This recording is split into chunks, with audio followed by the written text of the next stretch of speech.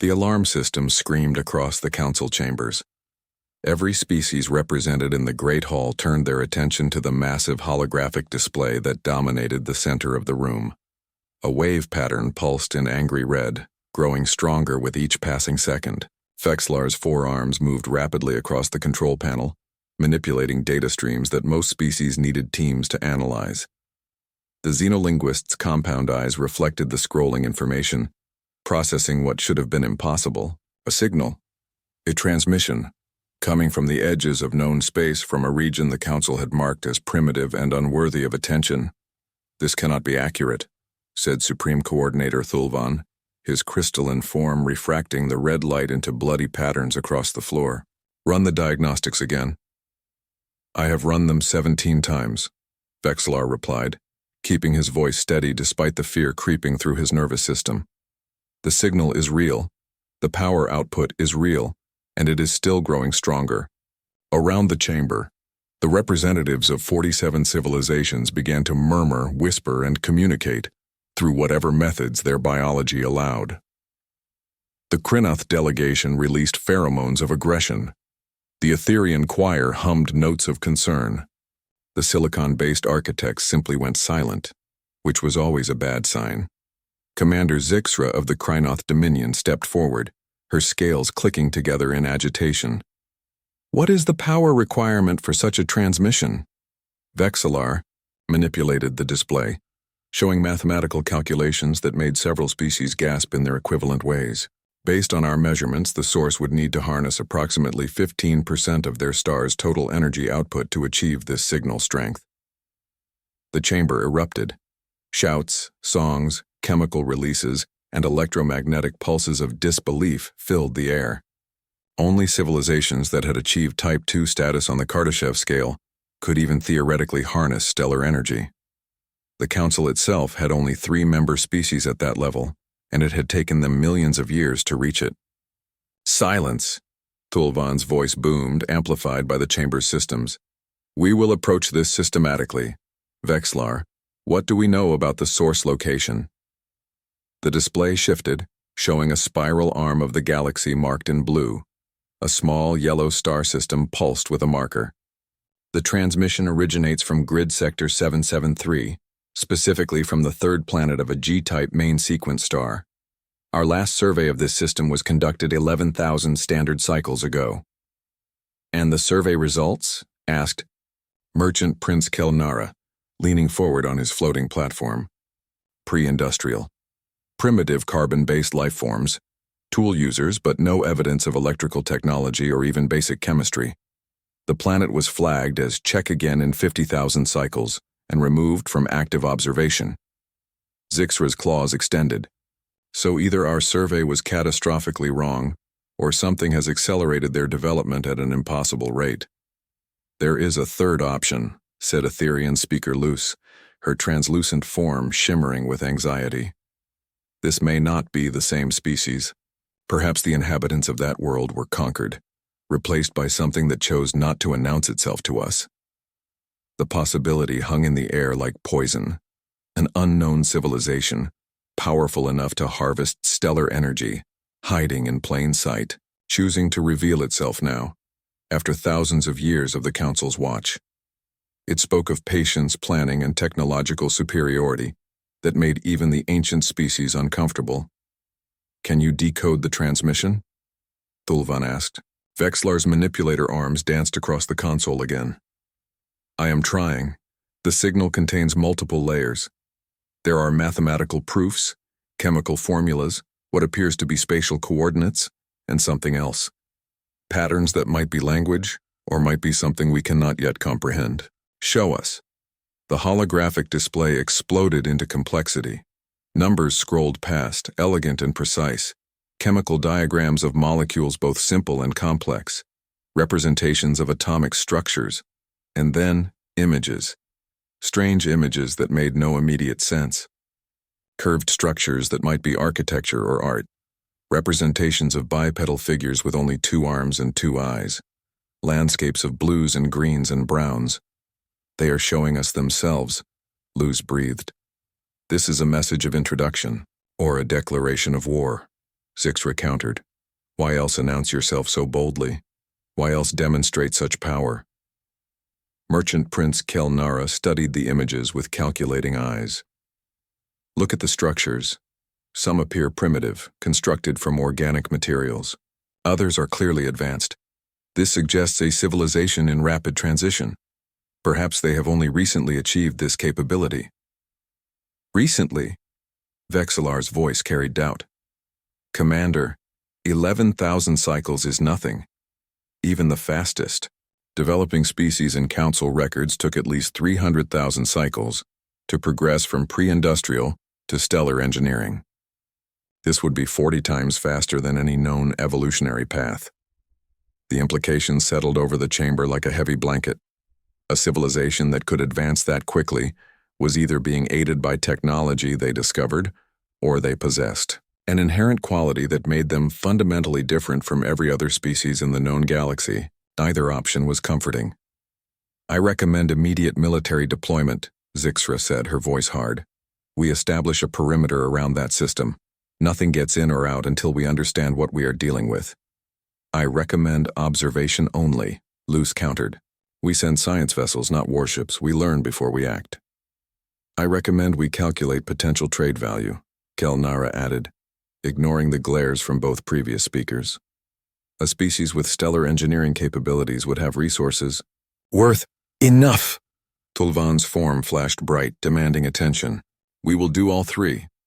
Science vessels for observation and analysis, military vessels for security and deterrence, trade assessment teams to evaluate economic implications. But first, Vexillar, you will decode that message. I want to know what they are saying to us. The xenolinguist bowed his acknowledgement. I will assemble the best linguistic team in Council space. But Supreme Coordinator, this will take time. The message is vast, complex, and unlike anything in our databases. You have 1 lunar cycle, Thulvan said. After that, we vote on next steps. As the Council members filed out, already forming into their factional groups to debate and argue, Vexillar remained behind. He stared at the display, at the strange images still cycling past. The bipedal figures appeared again and again, shown in various contexts. Some images showed them in conflict, wielding primitive weapons. Others showed them constructing, creating, reaching upward toward their sky. One image caught his attention and held it. A single bipedal figure, standing on a gray, airless surface. Behind it, a planet hung in black space, swirling with blue and white and green. The figure had planted a colored cloth on a pole in the ground. The symbolism was clear even across species lines. Territorial claim, achievement, pride. But what struck Vexillar was the size of the figure's suit. It was bulky, primitive, clearly inadequate for long-term survival in vacuum. This image was old. They had reached their moon with such primitive technology, and now, only cycles later, they were broadcasting to the stars with power that rivaled the Council's greatest achievements. Vexillar felt something he had not experienced in his long career. Not quite fear, but close. These beings, these humans, if his preliminary translation was correct, were either the galaxy's greatest opportunity or its greatest threat. And the Council had exactly 1 lunar cycle to figure out which. He began the translation work, knowing that sleep would not come until he had answers. The future of galactic civilization might depend on understanding what these impossible beings wanted to say. 3 weeks had passed since the signal first arrived. Vexillar had not left his laboratory in all that time. His forearms worked constantly, fueled by stimulants and determination. Around him, the best minds in Council space worked at their stations, each focused on a different aspect of the transmission.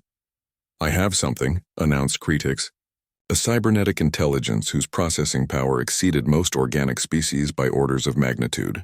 The mathematical sequences are not just proofs. They are keys. Each one unlocks a different layer of the message.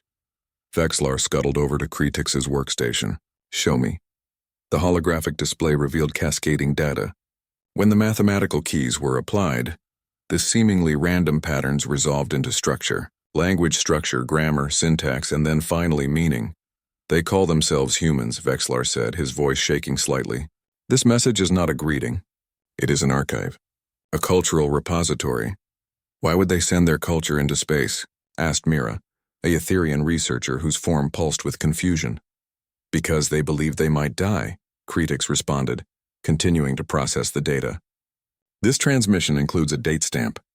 It was launched during what they call their Cold War, a period when they possessed the weapons to destroy themselves completely. They sent their culture into space so something of them would survive. The laboratory fell silent. Every species in the Council had faced existential moments, but most had not reached them while still confined to a single planet. The idea of a pre-spaceflight civilization developing weapons powerful enough to sterilize their own world was deeply disturbing. What else is in the archive? Vexler asked. Kretix began displaying the contents. Music filled the laboratory. Strange and beautiful sounds created by humans across their history. Images appeared, showing art from crude cave paintings to sophisticated digital renderings. Literature translated itself through their mathematical keys, revealing stories, poems, philosophical treatises, and scientific papers. This is extraordinary, Mira breathed. Look at the diversity. They have thousands of distinct cultures, languages, belief systems, all on one planet. All at war with each other, apparently, added Zormal, a military analyst from the Krinoth species. He had been assigned to assess threat levels. Their history is one continuous cycle of conflict. Tribal wars, religious wars, wars over resources, wars over ideas. They have fought constantly. Vexlar examined the historical records more closely. Zormal was correct, but the picture was more complex. Between the wars were periods of explosive creativity and advancement. After their most devastating conflicts came their greatest achievements. They had split the atom shortly after their worst global war. They had reached their moon during a period of intense rivalry between two major power groups. They use conflict as a catalyst. Vexlar murmured. Competition drives their innovation. That is insane, Zormal said. No species can sustain that level of internal competition without destroying itself. And yet they have not destroyed themselves, Kretix observed. Despite possessing the weapons to do so for over 100 of their years. Despite dividing themselves into competing nations and ideologies. They survived. The linguistic team finally broke through the deepest layers of the transmission. What they found made Vexlar call an immediate emergency meeting with the Council leadership. Within hours, he stood before Supreme Coordinator Thulvan and the faction leaders, ready to present his findings. The transmission is not current, Vexlar began. It was launched approximately 60 standard cycles ago, using primitive rocket technology. But we have detected additional transmissions from the same system. Weaker signals, but more recent. The humans are still there, still broadcasting. Then why the powerful signal we detected first? Thulvan asked. Because it was not originally meant to reach this far. The humans pointed their archive toward what they thought were promising star systems, but their calculations were based on primitive stellar mapping. The signal has been traveling through space for 6 decades, spreading out, growing weaker. What we detected was not a focused beam of stellar-powered energy. It was a scattered whisper that happened to reach our listening posts. The relief in the room was palpable, but Vexlar raised a manipulator. However, that is not the concerning part. We have now analyzed the recent transmissions. In the 60 cycles since they launched their archive, they have progressed from primitive chemical rockets to fusion drives. They have constructed orbital habitats. They have sent probes to every planet in their system, and most significantly, they are actively broadcasting messages of greeting to any potential alien civilizations. Greeting messages? Luz asked. What do they say? Vexlar displayed the translations. Simple messages in multiple human languages, accompanied by the same mathematical keys they had used in the original archive. Hello, we are human. We come in peace. We want to learn. Please respond. They are inviting contact, Merchant Prince Kelnara said, disbelief evident in his voice. They announce themselves to a galaxy they know nothing about, with no idea what might be listening. It is naive, Zixra growled. Dangerously naive. This is a species that does not understand the reality of galactic politics. Or they understand it differently than we do, Luz countered. Look at their cultural archive. Yes, they have war in their history, but they also have art, music, philosophy, cooperation. They have repeatedly overcome their divisions to achieve great things. Perhaps they believe the galaxy operates on the same principles. Vexillar displayed more data. There is another factor we must consider: the rate of advancement. 60 cycles ago, they were barely reaching their own moon. Now they are beginning to establish a permanent presence in their solar system. If this rate continues, in another 60 cycles, they may have faster-than-light travel. In 100 cycles, they may be a peer civilization. Impossible, Zormal stated flatly. No species advances that quickly. And yet they are, critics noted. Their advancement curve is exponential, not linear. They build on their achievements rapidly, each generation standing on the shoulders of the previous one. They take massive risks, suffer setbacks, and push forward regardless. Thulvan's crystalline form flickered thoughtfully. What is your assessment, Vexillar? Are they a threat? Vexillar considered carefully. They have the capacity for violence. Their history proves that. But they also have the capacity for cooperation, creativity, and adaptation. They survived their own worst impulses. They chose to send art and music into the stars rather than weapons. They ask for friendship rather than demanding submission. But they are also wildly unpredictable, Zixra added. Everything about them violates our understanding of civilizational development. We cannot predict what they will do or how they will react to contact. Which brings us to the central question, Thulvan said. Do we make contact? The room fell silent. Making contact meant revealing the Council's existence. It meant bringing a potentially dangerous species into galactic awareness. But ignoring them was also impossible now. They were broadcasting constantly, growing stronger every cycle. Eventually, they would develop the technology to reach Council space on their own. I propose a vote, Thulvan continued. 3 options. First, immediate contact. Second, observation and quarantine. Third, preemptive elimination of the threat. You cannot be serious about the third option, Luz said, her form flashing with anger. I must present all possibilities, Thulvan replied. The Council will decide. But first we need more information. Vexillar, prepare a full report. I want every faction to have access to everything we know about these humans. In 1 week we vote on the future of humanity. As the meeting dissolved, Vexillar returned to his laboratory. He looked at the images of humans again, studying their faces. 2 eyes like his kind. Bilateral symmetry. They looked almost fragile in their primitive spacesuits, standing on alien worlds with determination in their posture. They reminded him of something he had nearly forgotten. The ancient stories of his own people when they first reached their moon, first touched the stars, before millennia of stability had made them cautious. Before the Council had become more interested in maintaining order than exploring possibilities. The humans were young, reckless, and unpredictable, and Vexillar found himself hoping the Council would choose wisely. The Council chamber had never been so full. Every member species had sent their maximum allowed delegation. The galleries were packed with observers, journalists, and cultural representatives. The question of what to do about humanity had become the single most discussed topic in galactic civilization. Supreme Coordinator Thulvan called the session to order, his crystalline form casting rainbow patterns across the assembly. We have reviewed all available data. We have heard from experts in xenobiology, military strategy, economics, and ethics. Now we must decide. Commander Zixra, you will present the case for option 3 first.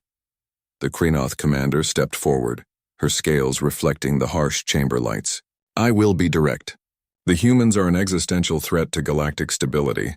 Their advancement rate is unprecedented and accelerating. Their history shows a pattern of aggression, conquest, and competition.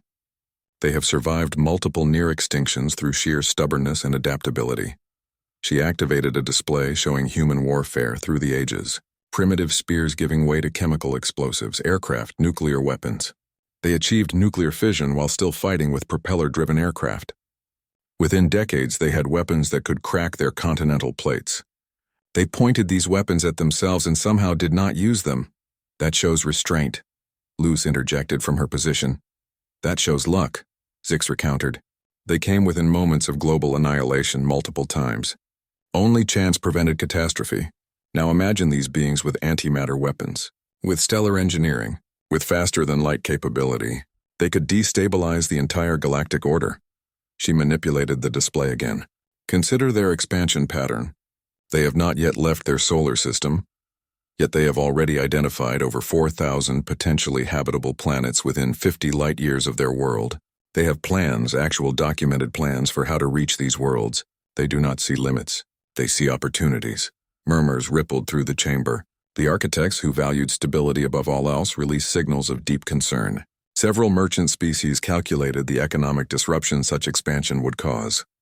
Furthermore, Zixra continued, they are actively broadcasting their location and inviting contact. This is not merely naive. It is dangerous. They risk attracting predatory species, ancient automated weapon systems, or worse. Their ignorance could trigger threats that endanger us all. She paused, letting her words sink in. I do not advocate for genocide lightly, but sometimes a surgeon must remove a diseased organ to save the patient. Humanity is that disease. Quick action now prevents catastrophic consequences later. We have the capability to sterilize their world with minimal collateral damage. It would appear as a natural stellar event. The humans would never know we existed. The chamber erupted in shouts, songs, and chemical signals of both agreement and outrage. Tholivan restored order with difficulty. Thank you, Commander. Etherian Speaker Luz, you will present the case for Option 1. Luz's translucent form drifted to the center, shimmering with emotion. What Commander Zixra proposes is not surgery. It is murder. The preemptive destruction of an entire sapient species based on fear of what they might become. She activated her own display, showing human art. Music played, strange and beautiful. Images of human faces appeared, showing the full range of their emotions. Yes, humans have capacity for violence. But look at what else they possess. They create beauty for its own sake. They write poetry. They compose music that moves the soul. They build monuments not to war but to peace, to love, to hope. The music shifted, showing a human orchestra performing. Hundreds of individuals working in perfect harmony to create something greater than themselves. They cooperate. They form bonds across genetic lines, creating families not from biology but from choice. They have repeatedly chosen unity over division at critical moments. Luz displayed the human space achievements, and look at what drives them. Not conquest, but curiosity. Their space probes carry messages of peace and greetings in multiple languages. They send recordings of Earth's sounds, human laughter, whale songs, wind and rain. They want to share their existence, not impose it. She turned to address Zixra directly. You fear their advancement rate. I see it differently. They advance quickly because they must. Their world is fragile. Their climate is unstable. They reached for the stars not from aggression but from necessity. They evolve rapidly because adaptation is how they survive. But what happens when that survival instinct meets council territory? A voice called from the Krynoth delegation. Then we learn from each other, Luz replied firmly. The humans have something we have lost. They have passion, drive, and creativity born from struggle. We have stability, knowledge, and resources born from time. Together we could achieve things neither could alone. She brought up the human message broadcasts again. They are asking for friendship. Not demanding it, not conquering for it, but asking. When was the last time the Council faced a first contact scenario, where the new species approached us with open hands rather than weapons or demands? Never, Tholivan admitted. In our history, we have always been the technologically superior party, making contact with primitive species. Exactly, Luz said. For the first time, we have the opportunity to meet a species as equals in spirit, if not in technology. They may be young, but they have already survived challenges that would have destroyed lesser species. They have earned the right to be heard. Merchant Prince Kelnara requested recognition, if I may offer a third perspective. Option 2, observation and quarantine, provides the benefits of both approaches while minimizing risks. The merchant activated his own display. We establish a cordon around human space. Nothing gets in or out without council approval. We observe them carefully, learning their patterns and capabilities. We make contact through limited channels, trading information slowly. We introduce them to galactic civilization gradually, over centuries if necessary. And if they refuse to be quarantined? Asked Architect Prime Zeroth, speaking for the first time. Then we have contingency plans, Kelnara replied smoothly. But we also have opportunities. The humans have already demonstrated capabilities in computer science and artificial intelligence that exceed our own in certain areas. Their medical technology shows promise. Their cultural products have entertainment value. Even confined to their system, they could be valuable trading partners. You want to turn them into a zoo? Luz said coldly. I want to protect the galaxy while preserving a potentially valuable resource, Kelnara corrected. Is that not a reasonable compromise? The debate continued for hours. Species presented arguments based on their own histories, fears, and values. The architects feared chaos. The merchants saw profit. The warriors saw threat. The philosophers saw potential. Vexillar watched from his position in the expert gallery. He had provided all the data, all the translations, all the context. Now the decision was out of his hands. But as he listened to the debates, he felt a growing unease. Every argument treated humanity as a problem to be solved, a threat to be eliminated, contained, or managed. No one was asking what the humans themselves wanted. No one considered that beings capable of creating such beauty, surviving such hardships, and reaching for the stars with such determination might have their own perspective on the situation. The vote was called. 3 options: immediate contact, quarantine and observation, preemptive elimination. The results came in slowly as each species cast their votes according to their internal decision processes. Some voted individually, others needed consensus. The silicon-based architects took hours to reach their collective decision. Finally, Thulvan announced the results. Option 3 is rejected by significant majority. The Council will not pursue elimination. Relief washed through certain sections of the chamber. Luz's form brightened considerably. However, Thulvan continued, options 1 and 2 are tied. 23 species favor immediate contact. 23 favor quarantine and observation. 1 species abstained. The chamber fell silent. A tie meant no action would be taken according to Council protocols.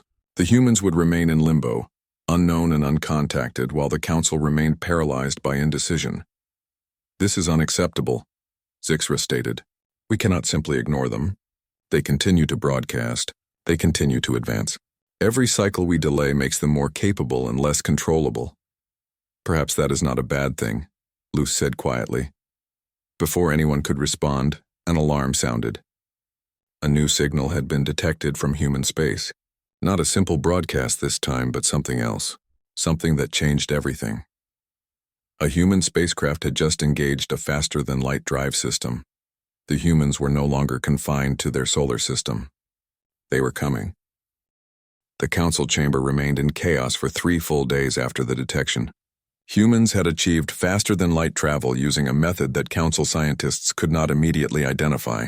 The ship had jumped to a nearby star system, spent exactly 12 hours there, then jumped back to Earth. It was a test run, clearly, but the implications were staggering. Etherian speaker Luz seized the moment. The debate is over. We cannot quarantine a species with FTL capability. We cannot eliminate them without starting a war. Our only option is contact, and we must make it on peaceful terms before they stumble into something dangerous. Reluctantly, the Council agreed. A volunteer mission was authorized. Luz herself would lead it, along with representatives from 7 other species. They would take a small diplomatic vessel, approach Earth openly, and attempt peaceful first contact. Remember, Thulvan instructed as the mission prepared to depart, you represent all of Council civilization. Do not make promises we cannot keep. Do not reveal more than necessary. And if the situation becomes dangerous, you withdraw immediately. Understood, Luz replied. But privately, she thought the Supreme Coordinator misunderstood where the real danger lay. The threat was not that humans would attack them. The threat was that the Council's fear would make them do something unforgivable. The journey to Earth took 5 days at standard Council travel speeds. As they approached the human system, Vexillar, who had insisted on joining the mission, worked continuously to refine his translations. He wanted no misunderstandings that could trigger conflict. The human internet is fascinating, he told Luz during the voyage. It is a global communication network where they share information, argue, create art, and collaborate. I have been monitoring their discussions since we detected their FTL test. What are they saying? Luz asked. They are terrified and excited in equal measure. Some think their FTL test may have attracted attention. Others believe they are alone in the universe. They have no consensus on anything, which appears to be normal for them. But the overwhelming majority express hope that if alien life exists, it will be friendly. That is remarkably optimistic given their history. Yes, Vexillar agreed. They are aware of the dangers. Many of their entertainment media explores scenarios of hostile alien contact, yet they choose optimism anyway. It is either admirable or foolish. Perhaps it is both, Luce suggested. As they entered Earth's solar system, they were immediately detected. Human space traffic control sent them confused but polite requests for identification. The diplomatic vessel responded with carefully prepared messages in multiple human languages, using the same mathematical keys humans had sent into space decades before. This is the Galactic Council diplomatic vessel Harmony. We come in peace in response to your broadcasts. We request permission to approach Earth for the purpose of establishing formal contact between our civilizations. The response took 47 minutes. During that time, Vexillar monitored human communications and watched panic and wonder spread across their networks in real time. Finally, a voice responded in English. Council Vessel Harmony, this is Earth United Space Command. Your request is unprecedented. We need time to prepare. Can you hold position at lunar orbit? We can, Luce replied. They waited for 2 days while Earth prepared. During that time, Vexillar watched human society transform before his eyes. Old conflicts were set aside. Historic enemies coordinated responses. The entire planet seemed to unite around this single moment. They are broadcasting our arrival to their entire population, Vexillar reported. Complete transparency. No secrets. Every human with access to their internet can watch this unfold in real time. Is that wise? Asked Krovan, the Krynoth military observer. It is very human, Vexillar replied. Finally, they received clearance to land. Not at a military installation, as many species would have chosen, but at a civilian space center surrounded by open ground. As Harmony descended, billions of humans watched through cameras and screens. The landing was flawless. The diplomatic team emerged wearing encounter suits, though none were really necessary in Earth's atmosphere. It was symbolic, showing they came prepared for a different environment, willing to adapt. The human delegation waited 50 meters away. 12 individuals representing different nations, cultures, and ethnicities. They wore formal attire, and many were visibly nervous. Behind them, security forces maintained a perimeter, but their weapons were holstered and pointed down. Luce led the council delegation forward. She chose to speak English, the most widely understood human language. Greetings. I am Etherian speaker Luce. On behalf of the Galactic Council, I welcome humanity to the wider community of sapient species. The lead human diplomat, a woman with dark skin and gray hair, stepped forward. Her voice shook slightly, but she maintained composure. I am Secretary General Amara Okonkwo, representing the United Nations of Earth. On behalf of all humanity, we are honored and overwhelmed to meet you. We have so many questions, as do we, Luce replied. Perhaps we should begin with the most obvious. Your faster-than-light technology appeared suddenly. How did you achieve this? Secretary General Okonkwo smiled. We built on theoretical work from the late 20th and early 21st centuries. A physicist named Miguel Alcubierre proposed a method for warping space-time. We spent decades trying to make it practical. Last month, we finally succeeded. It still requires enormous energy, but it works. Vexillar's mind raced. The Alcubierre concept was in council databases as a theoretical curiosity, dismissed as impractical by most species. Humans had made it work through what appeared to be sheer stubbornness and innovative engineering. What took you so long? Okonkwo asked suddenly. We have been broadcasting for decades. We have been listening for over a century. Where were you? The question struck like a physical blow, not an accusation, but genuine confusion. Humans had assumed they were not alone, had called out into the void repeatedly, and now wanted to know why the galaxy had remained silent. Luce chose honesty. We were debating whether to respond. We were afraid. Afraid of us? Okonkwo looked genuinely shocked. But you have starships and technology beyond our understanding. What could you possibly fear from us? Your potential, Luce answered. Your rate of advancement. Your unpredictability. Your capacity for both creation and destruction. You are unlike any species we have encountered. Okonkwo processed this, then started to laugh. It was not mocking laughter, but the sound of tension releasing. You were afraid of us? All this time we worried that any aliens we met would see us as primitive and insignificant. We never imagined we might be frightening. You are not insignificant, Vexillar said, speaking for the first time. You are extraordinary. Your development has violated every model we use to predict civilizational advancement. You should not exist as you are. And yet we do, Okonkwo said softly. So what happens now? The question hung in the air. This was the critical moment.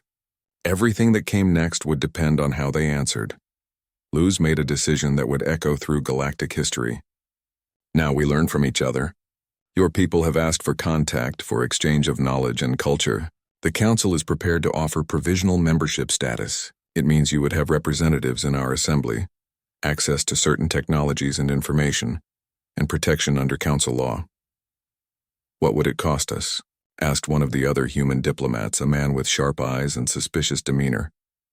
Your sovereignty over your own world and system, Luz replied. Your freedom to develop your own culture and society. We do not demand submission. We offer partnership. Okonkwo looked at her fellow delegates. A quick conversation in multiple languages followed, too fast for the translation systems to keep up. Finally, she turned back to Luz. We need to consult with our governments. But personally, I believe this is the most important moment in human history. My answer would be yes. The formal negotiations took weeks. Human diplomats proved to be clever, stubborn, and surprisingly well prepared. They asked detailed questions about council structure, laws, and precedents. They demanded guarantees of their autonomy. They insisted on cultural exchange being mutual, not one way. But what struck the council delegates most was not the negotiations themselves, but what happened around them. Humans invited them to experience Earth culture directly. They attended concerts, art exhibitions, sporting events, and simple family dinners. They were introduced to human children who asked questions with fearless curiosity. They tasted human food, heard human music, saw human creativity in countless forms. Vexlar found himself at a university, giving a lecture on xenolinguistics to human students. They asked questions he had never considered, approached problems from angles he had not imagined. Their minds worked differently, connecting ideas in ways that were sometimes wrong but occasionally brilliant. On the final day before the delegation would return to council space with humanity's answer, Secretary General Okonkwo invited Luz to walk with her through a botanical garden in one of Earth's oldest cities. I want you to understand something, Okonkwo said as they walked among flowering plants and ancient trees. Humanity has made terrible mistakes. We have warred, destroyed, and nearly killed ourselves more than once. We carry that history with us, we know, Luz replied gently. 6 months after first contact, the council convened in an emergency session, but this time the emergency was not about humanity. It was because of what humanity had helped them discover. The 48th seat in the council chamber was occupied by Ambassador Marcus Chen, humanity's first representative to galactic civilization. He sat quietly, still adjusting to the political complexities of representing an entire species to beings who had mastered interstellar travel before his ancestors had invented writing. Supreme Coordinator. Thulvan activated the central display. 3 weeks ago, a survey vessel discovered an ancient structure in the Kalos expanse. Initial analysis suggested it was a relic from the progenitor civilization, dormant for over 2 million cycles. Yesterday, it activated. The display showed a massive spherical structure, easily the size of a small moon. Streams of energy pulsed across its surface in patterns that suggested purpose rather than random discharge. Our best scientists have been unable to deactivate it or even communicate with it, Thulvan continued. It appears to be following pre-programmed instructions from a civilization that no longer exists. And according to our projections, if it continues its current energy buildup, it will detonate with enough force to sterilize every planet within 20 light-years. The chamber erupted in panic. 20 light-years included 7 council member worlds and dozens of colonies. Billions of lives hung in the balance. All attempts to communicate have failed, said Architect Prime Zeroth. The structure does not respond to any known language or mathematical system. It is simply executing its original programming, whatever that may have been. What about military options? Zixra demanded. We have tried, the commander admitted, frustration evident in her voice. Our weapons cannot penetrate its defensive fields. We might be able to destroy it with sufficient antimatter warheads, but the resulting explosion would be nearly as catastrophic as letting it complete its cycle. So we evacuate. Merchant Prince Kelnara said quietly. We save who we can and abandon the rest. That would mean abandoning my homeworld, said one of the representatives, a crystalline being whose voice resonated with horror. 17 billion souls live in the projected blast zone. We cannot evacuate them in time. Ambassador Chen had been listening intently, his translation device converting the rapid-fire alien languages into English. Now he raised his hand tentatively, the gesture feeling absurd in this chamber of beings who communicated in a dozen different ways. If I may, Chen said, his voice steady despite his nervousness. May I see the data on this structure? Tulvan paused. Ambassador, our brightest minds have been analyzing this for weeks. I mean, no disrespect, but human science is centuries behind. Please, Chen interrupted gently. Just let me look. There was something in his tone that made Tulvan agree. The data was transmitted to Chen's workstation. The human studied it in silence for several minutes while the council watched with barely concealed impatience. Finally, Chen looked up. Have you tried to reprogram it? Reprogram? Zeroth's voice held confusion. Ambassador, this is not a simple machine. It is a 2-million-year-old autonomous defense system, built by a civilization whose technology exceeded even our own. We do not have the capability to— You are thinking of it as a mystery to be solved, Chen interrupted. But I am looking at it as a computer scientist, and what I see is not magic, it is code. Very sophisticated, very ancient code, but code nonetheless. Vexilar leaned forward, his forearms gesturing with excitement. Explain. Chen manipulated the display, highlighting certain patterns in the structure's energy signatures. Look at these pulses. They are not random. They follow logical patterns. Binary adjacent patterns, actually. The structure is constantly checking its programming, executing loops, making decisions based on internal logic. We observed these patterns, Kritik said, but we could not decode them. The mathematical basis is unlike anything we use. Because you are trying to understand it, Chen replied. We should be trying to talk to it. Not in language, but in code, in logic. We need to find its command protocols and insert new instructions. That is impossible, Zeroth stated flatly. We would need to understand its entire programming architecture. That would take years, decades of study. Chen smiled, a very human expression of confidence mixed with desperation. Not if we use principles from human computer science. We have spent the last century dealing with legacy systems, old code written by people who are long dead, programming languages that are obsolete. We have gotten very good at reverse engineering and patching things we do not fully understand.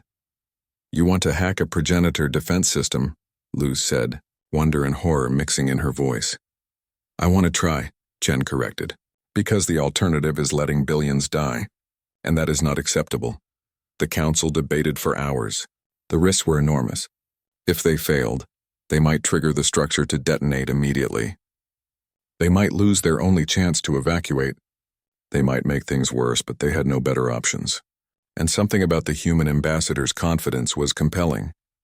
Not arrogance, but the same stubborn determination that had brought humanity from stone tools to starships in an evolutionary eye blink. A team was assembled. Chen led it, along with human computer scientists who were brought from Earth via emergency transport. Vexilar joined them, as did critics and specialists from a dozen other council species. It was the most diverse technical team ever assembled. They worked for 72 hours straight, sustained by stimulants and sheer willpower. The approach was unorthodox by council standards. Rather than trying to completely understand the structure, they focused on finding exploitable patterns. They looked for loops they could hijack, decision trees they could influence, command sequences they could inject. Chen drew on techniques from human cybersecurity, from the early days of computer hacking when human programmers would break into systems they did not fully understand. It was inelegant, often crude, but it worked. I found something, announced Maya Rodriguez, a young human programmer who had barely graduated university before being thrust into this crisis. There is a shutdown sequence, a way to abort the current program and return to standby mode. Can we trigger it? Vexilar asked. Not directly, Maya admitted. But I think we can inject code that makes the structure believe it has received an abort command from its creators. That is forgery, Zeroth said. You are suggesting we trick a progenitor system. Yes, Maya replied simply. Is that a problem? The directness of the question caught the ancient architect off guard. In council culture, One did not simply trick sacred progenitor technology. But Chen understood the real question his colleague was asking. Was their pride worth 17 billion lives? They implemented the hack. It was a desperate gamble, injecting code into a system they barely understood, hoping the structure would accept their forged credentials. For 10 agonizing minutes, nothing happened. Then the energy buildup began to decrease. The pulsing patterns changed, and slowly, carefully, the ancient defense system powered down to standby mode. The relief in the council chamber was palpable. Celebrations erupted across multiple species. Lives had been saved. A crisis had been averted, and it had been done through human innovation applied to an ancient problem. But that was not the most important discovery. As the team examined their work, they realized something else. The structure had not simply shut down. It had established a connection, a communication protocol. It was now responding to commands. This changes everything, critics said, processing the implications. There are hundreds of progenitor artifacts scattered across the galaxy. We have treated them as mysteries, as relics to be preserved but never touched. But if they can be communicated with, understood, reprogrammed, we can learn from them, Vexlar finished. We can recover progenitor knowledge. We can unlock technologies that have been dormant for millions of cycles. But there was something else in the data, something the structure had been doing in its final moments of activity. It had been scanning, searching, sending signals into deep space. What was it looking for? Luce asked. Chen examined the scan patterns and his face went pale. It was not looking for something. It was warning against something. There is a threat out there, something that triggered the progenitors to build these defense systems in the first place. The celebration died. The council demanded answers, but the structure had returned to standby before providing details. All they knew was that something massive, something dangerous existed beyond the boundaries of known space, and the ancient defense system had detected its approach. How long do we have? Thulvan asked. Unknown, critics replied. But the structure was programmed to activate as an early warning. If it triggered, the threat is coming. The council faced a reality they had not confronted in millennia. They were not safe. The stability they had built over millions of cycles was an illusion. Something was out there, something the progenitors had feared enough to build galaxy-spanning defense networks. Ambassador Chen stood before the council. We need to prepare, not just evacuate or hide. We need to understand what the progenitors knew. We need to activate the other defense structures. We need to work together.